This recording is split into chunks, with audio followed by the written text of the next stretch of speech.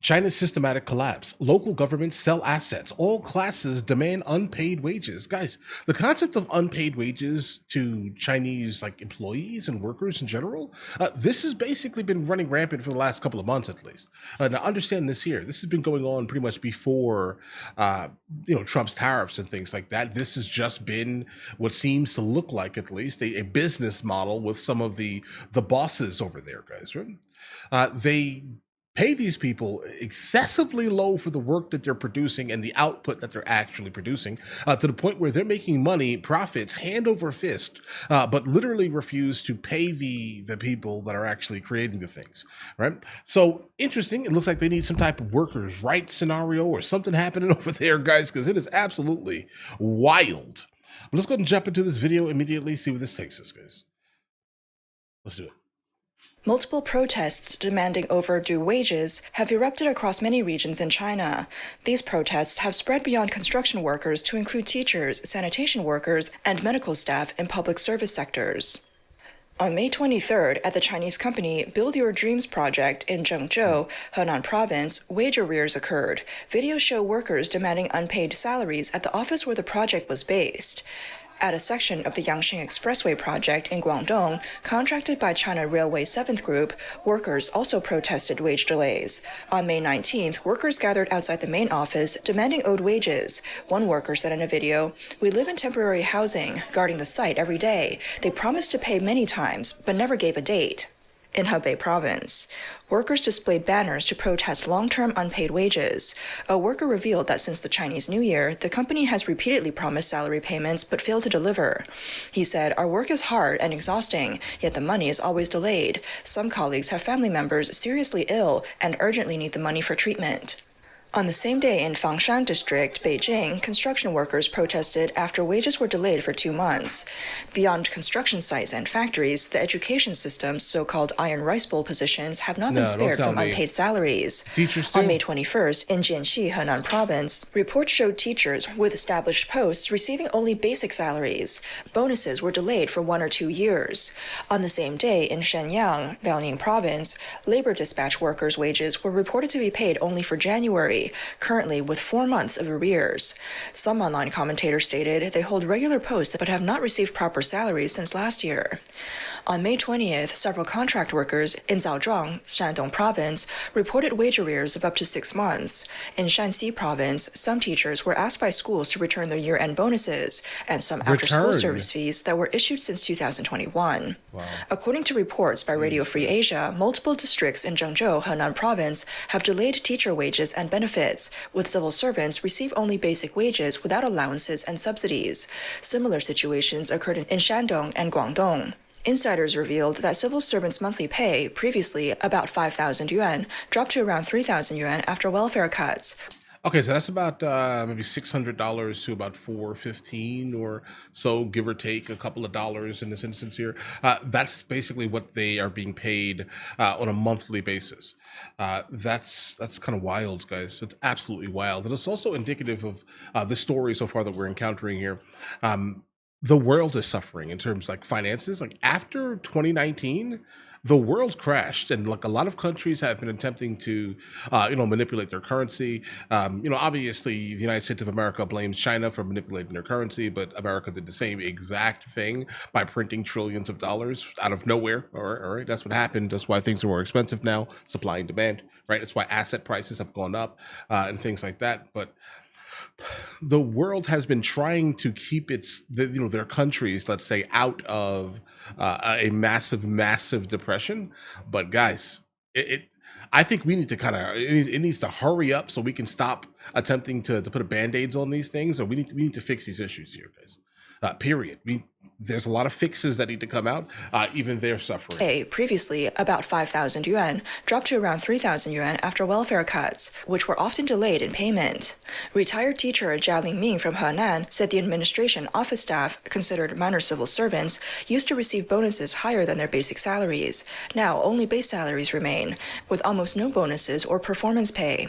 Okay. In remote schools, there are many contract teachers who are not employed by the government. These contract teachers used to receive pension insurance and regular salaries, but now some have even been laid off or resigned. Jia knows one such contract teacher who has lost their job. Jia mentioned that the main reason for reduced and delayed salaries is fiscal strain. He said the government's tight finances began last year, and some civil servants complain that they're only being paid their basic salary without any subsidies. The financial difficulty is closely linked to declining local government revenues from land sales and a sluggish real estate market. I mean, bro, who can buy land? Right? I mean, who's going to be able to buy some of these tofu dreg, type of locations? Like, how are they going to do this? Right? They can't afford it. They're making starvation wages. How can they afford it? They can't. Of course, the real estate market in itself is drying up. Of course, it is mandatory. Jia explained that with land sale revenues declining and the property market weak, local government finances have become very tight. Currently, China's real estate sector faces many challenges. From January to April, nationwide real estate development investment dropped 10.3% year-on-year, and property sizes of new home sales declined 2.8%. Additionally, real estate funding, construction size, new project starts, and completed housing all fell year-on-year. New construction starts by area declined 23.8%. These data indicate not only cyclical adjustment, but also structural decline in the real estate market. American economist David J. Wong explained that the worsening real estate credit conditions, combined with local government debt pressures, are slowing overall investment growth. This is creating long-term obstacles to economic recovery. In addition, wage issues have surfaced in the medical and sanitation sectors. On social media, a nurse at a public hospital in Gansu reported a monthly salary of 1,300 yuan, with performance bonuses unpaid for 4 months. Meanwhile, a sanitation... Oh, no.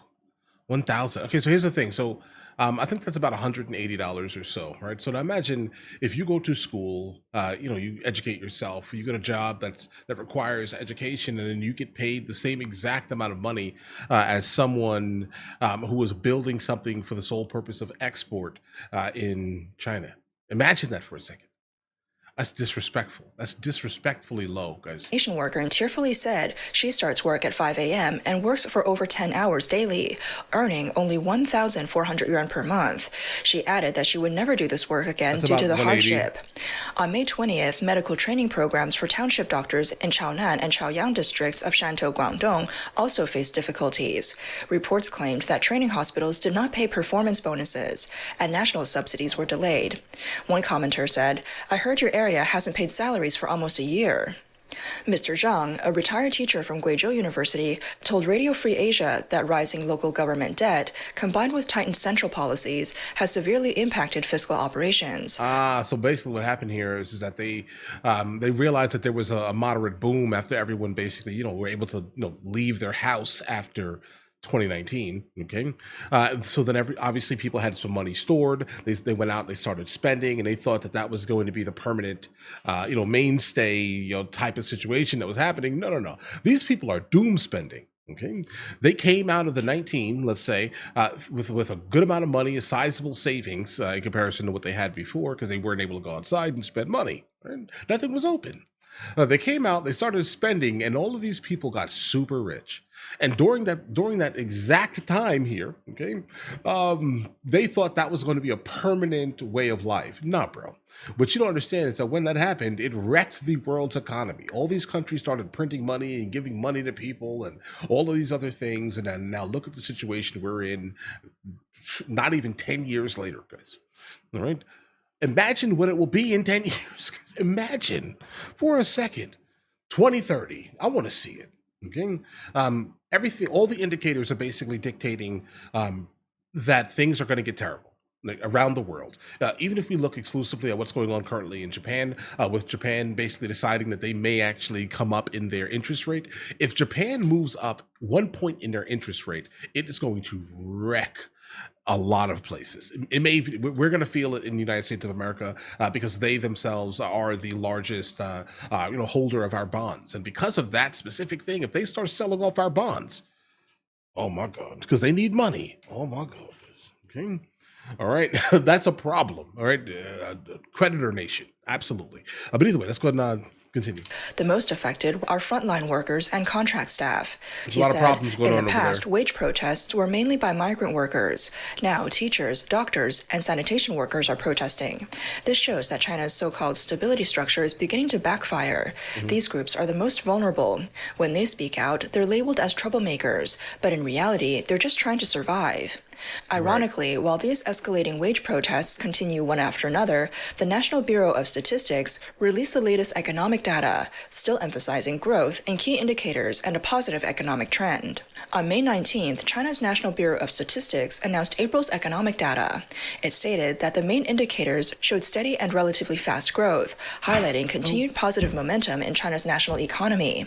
But on the same day, the Chinese Communist Party's official newspaper, People's Daily, called for government agencies to practice thrift, oppose waste, and adopt frugality. Yeah, A that's their People's push right Daily now. editorial stated that the newly revised regulations on practicing thrift and opposing waste by party and government, issued by the Central Committee of the CCP and the State Council, serve as an upgraded institutional barrier against waste. The regulations tighten requirements for government agencies to lead by example in frugality, ensuring that limited fiscal resources are used efficiently.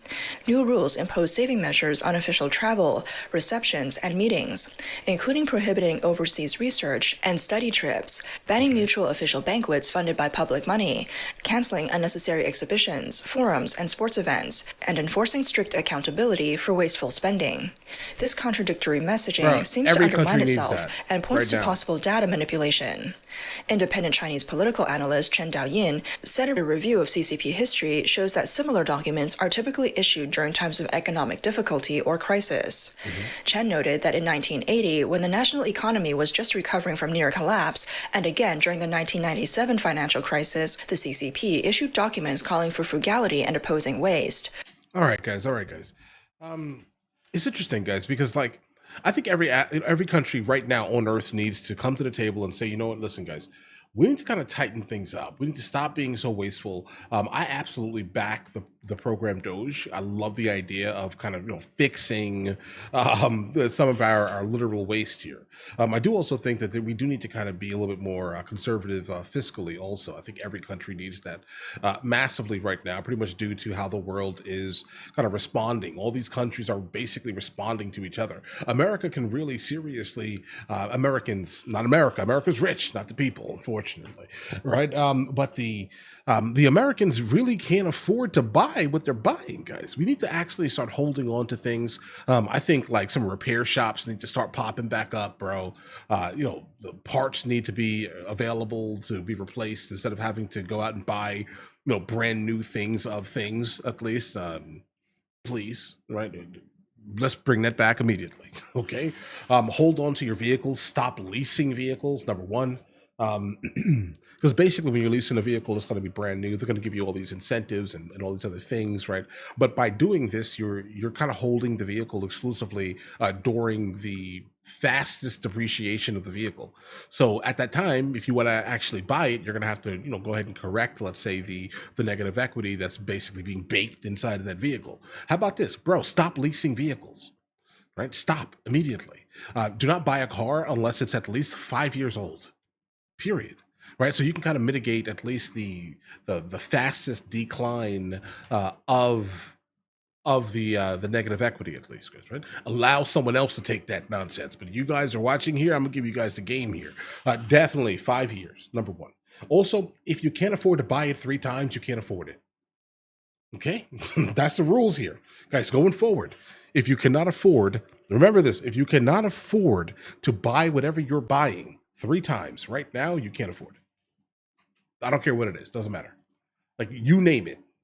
Milk. I can't afford milk then, bro. Right? Maybe you should hold on. Maybe you should do something else.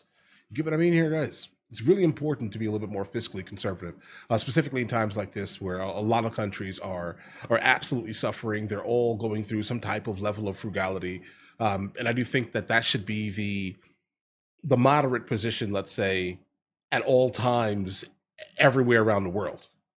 Right? Let's do that, guys. Always live beneath your means. Okay, like the people who you're trying to impress, they don't care. I'm telling you, they really don't care. And if they do, they shouldn't be around you. Right? Just understand that immediately. If they care that much about what you're driving or where you're living, et cetera, then these people should not, they should not be around you. Like, what value are they really bringing to your life at all? They're making you work more so you can afford something to impress them? Guys, come on, right? Ridiculous. Like, let's get away from that. That's ridiculous. But either way, listen, guys, let me know in the comments what you guys think. You guys all have an absolutely amazing day. Enjoy your day thoroughly.